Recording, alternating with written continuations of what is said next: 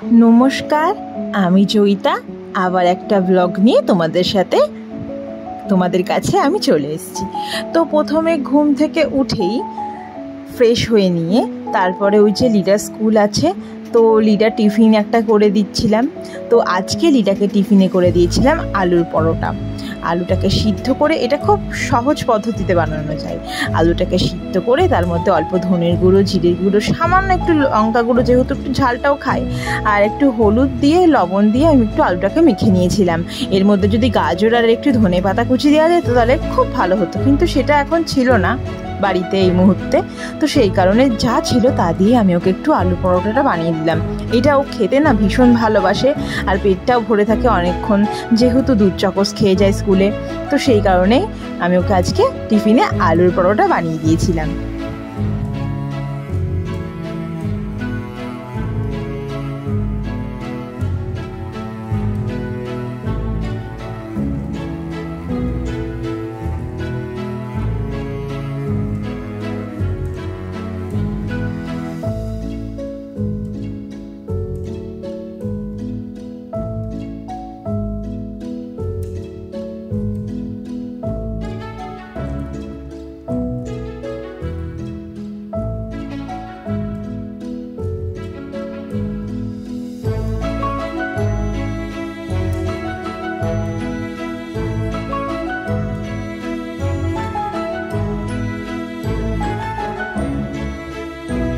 এই টিফিনটা হয়ে যাও খুব তাড়াতাড়ি, আর খেতে টেস্টিও হয় ভীষণ।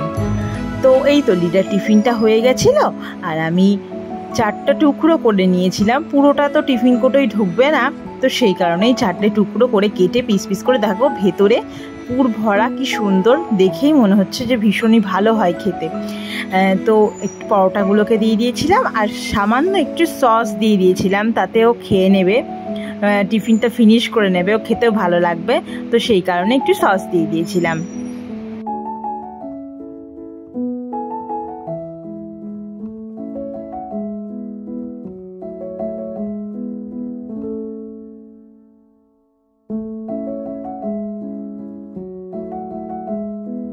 আর তারপর ঘুম থেকে উঠেই খালি পেটে আগে আমি যেটা খেয়ে থাকি, চিয়া সিডস জল, তো সেইটাই আমি খেয়ে নিচ্ছিলাম।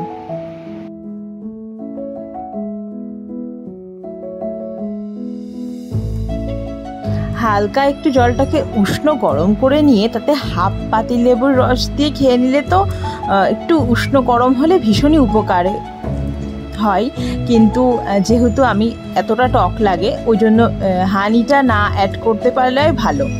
তো যেহেতু ভীষণ টক লাগে, তো ওই জন্য আমি একটু সামান্য হানিটাতে অ্যাড করে নিই, আমার খেতে সুবিধা হয়, তো সেই কারণে।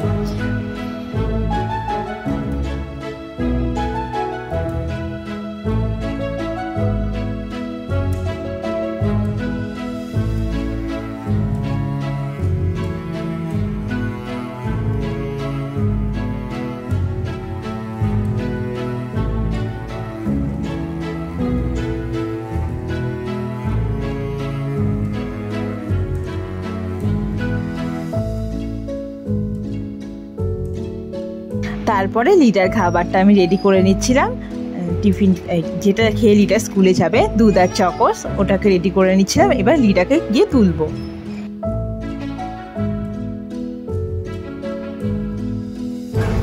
গুড মর্নিং সবাইকে। তো আজকে সোমবার, আর আজ থেকে লিডার আবার স্কুল স্টার্ট হয়ে গেল। তো আমি ঘুম থেকে উঠেই ফ্রেশ হয়ে আগে লিডার জন্য টিফিনটা বানিয়ে নিলাম। তো টিফিনটা কি বানিয়ে নিয়েছিলাম তোমরা তো দেখেছো। তো তারপরে আমি চিয়া সিডসটা খেয়ে ফ্রেশ হয়ে রেডি হয়ে, তো এবার লিডাকে তুলবো ঘুম থেকে। তো লিডাকে রেডি করে নিই, লিডাকে স্কুলে দিতে যাবো। তোমরা ভিডিওটা শেষ পর্যন্ত দেখো, আশা করি আজকে ভিডিওটা তোমাদের খুব ভালো লাগবে। লিডা,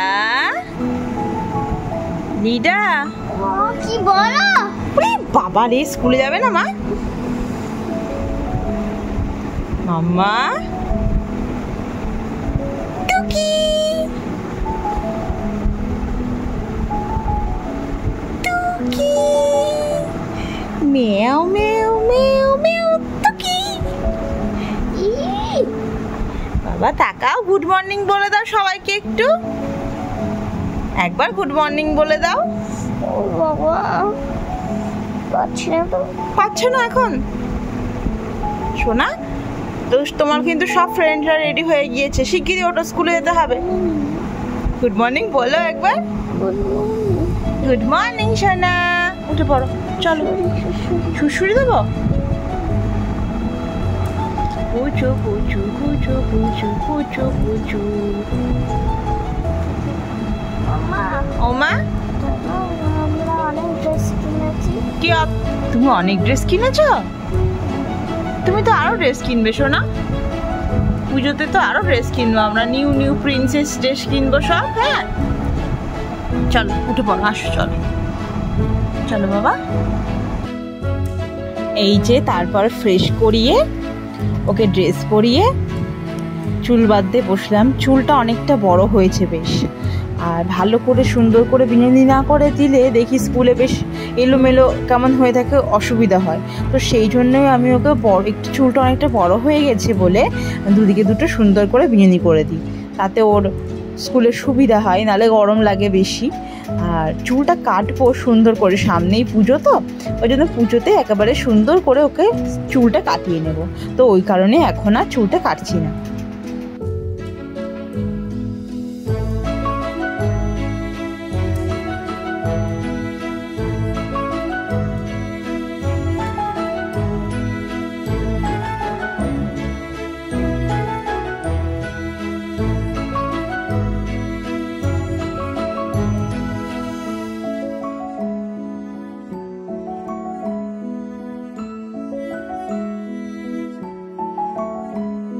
চলো চলো চলো, দেখ তো কে লিখিয়ে।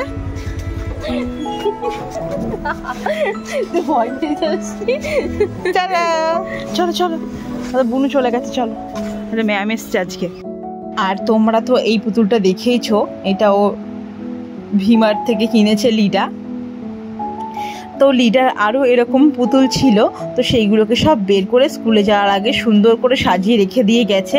আমাকে বললো, মা ওরা এখানেই থাক, আমি স্কুল থেকে এসে কিন্তু আবার ওদেরকে ঘুম পাড়িয়ে গেছি, এসে তুলবো। আমি ঠিক আছে থাক তাহলে। আর তারপরে আজকে ভীষণ রোদ উঠেছিল, তো সেই কারণেই আলমারি ভর্তি শাড়ি ব্লাউজ আমি সব রোদে দিয়েছিলাম। আর এইগুলো আগেই রোদ খাওয়ানো হয়ে গেছিলো, আর তারপরে ওইগুলো দিয়েছিলাম বাইরে।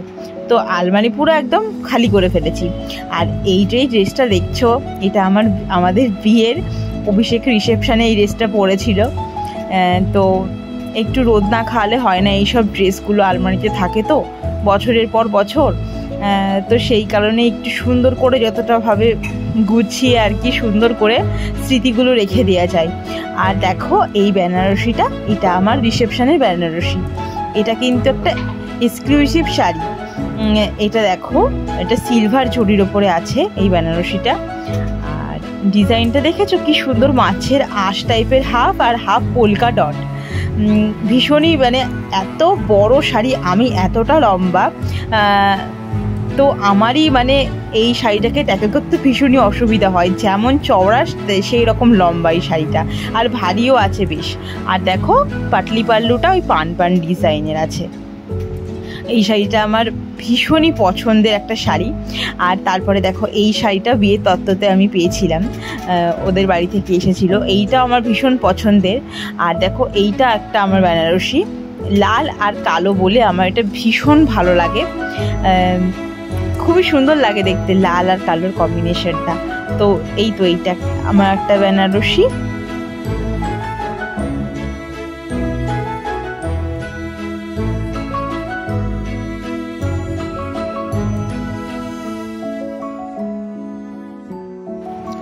দেখো এটা আমার বিয়ের বেনারসি, একদম চেরি যেই রেডটা হয় না, সেই রেডের বেনারসিটা। কতটা বোঝা যাচ্ছে জানি না, ভীষণ পছন্দের আমার এই শাড়িটা, এটা পরে আমার বিয়ে হয়েছিল। তো ওই জন্য একটু সুন্দর করে সব রোদ খাইয়ে ভালো করে শাড়িগুলো রেখে দিচ্ছিলাম। আর তোমরা তো জানোই অনেকেই যে আমি একজন মেকআপ আর্টিস্ট।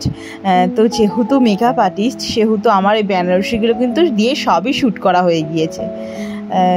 আর এইটা দেখো আমার দিদির বিয়ের বেনারসি, প্রায় 16-17 বছর আগেকার বেনারসি। তখন না বেনারসিগুলো খুব মানে স্লিক হতো, একদম সুন্দর পাড়, অল্প অল্প বুটি। এইগুলো না পার্টিকুলারলি মডেলকে সাজিয়ে শ্যুট করালে ভীষণ ভালো লাগে। তো আমি সবার বেনারসিগুলোকে কালেক্ট করে নিয়ে আমার কাছে রেখে দিয়েছি। এটা দিদির বেনারসি, আমার দিদির বিয়ের বেনারসি।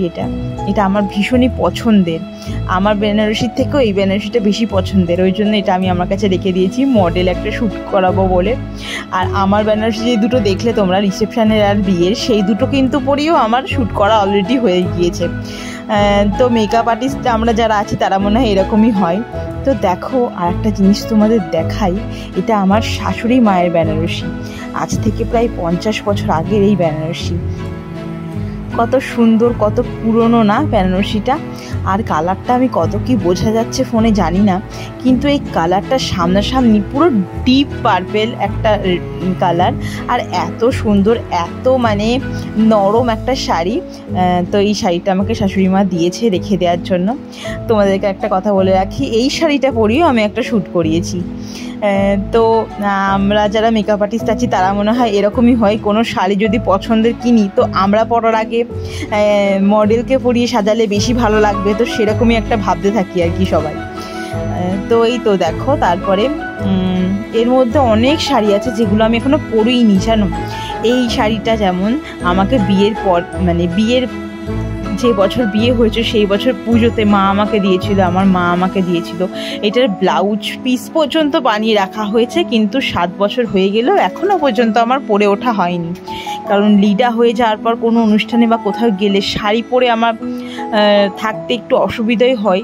তো যদিও বা শাড়ি পরতে আমার ভীষণই ভালো লাগে, কিন্তু বেশি আর পরে হয়ে ওঠেনি বলে আমি এখনও পর্যন্ত এটা পরতে পারিনি, কিন্তু অবশ্যই এইবার পরবই।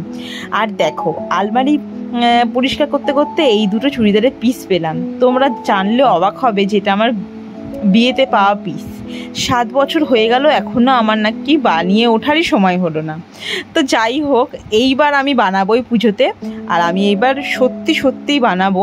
তার কারণ আমি বানিয়ে তোমাদেরকে ছবি অবশ্যই দেখাবো যে আমি কেমন সালোয়ারগুলো বানিয়েছি। তো দেখলাম এইবার না বানালেই নয়, এইবারে এই পিসগুলো আমাকে ফেলে দিতে হবে, নষ্ট হয়ে যাবে। আর এই পার্পেলটা তো আমার ভীষণই পছন্দের। পার্পেল কি সুন্দর গ্রিন দিয়ে কাজ করা, গ্রিন এর সঙ্গে প্যান্ট, আর দুপাট্টাটাও একদম মানে কন্ট্রাস্টে আছে, কালার কন্ট্রাস্টে আছে, ভীষণই সুন্দর। তো আমি ভেবেছি এবার সত্যি যে এই পিস দুটো আমি এবার বানাবোই, যত যাই হোক না কেন। তো আমি এইবার সত্যিই বানাবো। আর দেখো আলমারিটা পুরো ফাঁকা করে ফেলেছি, অলমোস্ট একদম ফাঁকা হয়ে গিয়েছে। ওপরের কিছু আছে সেগুলো এখনও নামানো হয়নি। আর ওইদিকে শাড়িগুলো তো কিছু বিয়েতে পাওয়া, কিছু স্বাদে পাওয়া, এখনও নতুন আমার আছে। এখনও আমার অনেক শাড়ি এখনও আমার পরেই হয়ে ওঠেনি, ওর মধ্যে বেশিরভাগ শাড়ি পরে মানে হওয়া ওঠেনি। আর এইটা একটা আমার বিয়েতে গায়ে হলুদ নয়, এটা আমার একটা বিয়েতে পাওয়া শাড়ি, এখন আমি দেখো ভাঙিনি। তো এই শাড়িগুলোকে এবার সত্যি আস্তে আস্তে পরতে হবে আমাকে।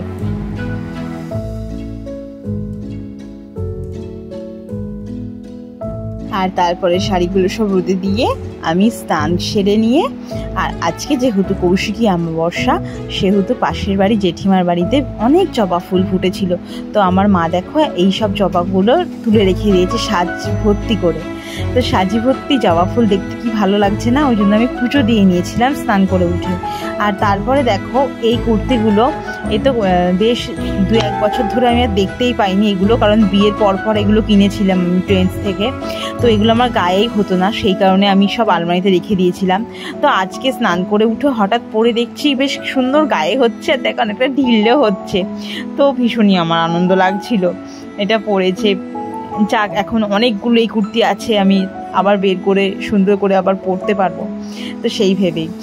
তো আজকের ব্লগটা এইটুকুই। আজকের ব্লগটা তোমাদের কেমন লাগলো তোমরা কিন্তু অবশ্যই জানিও।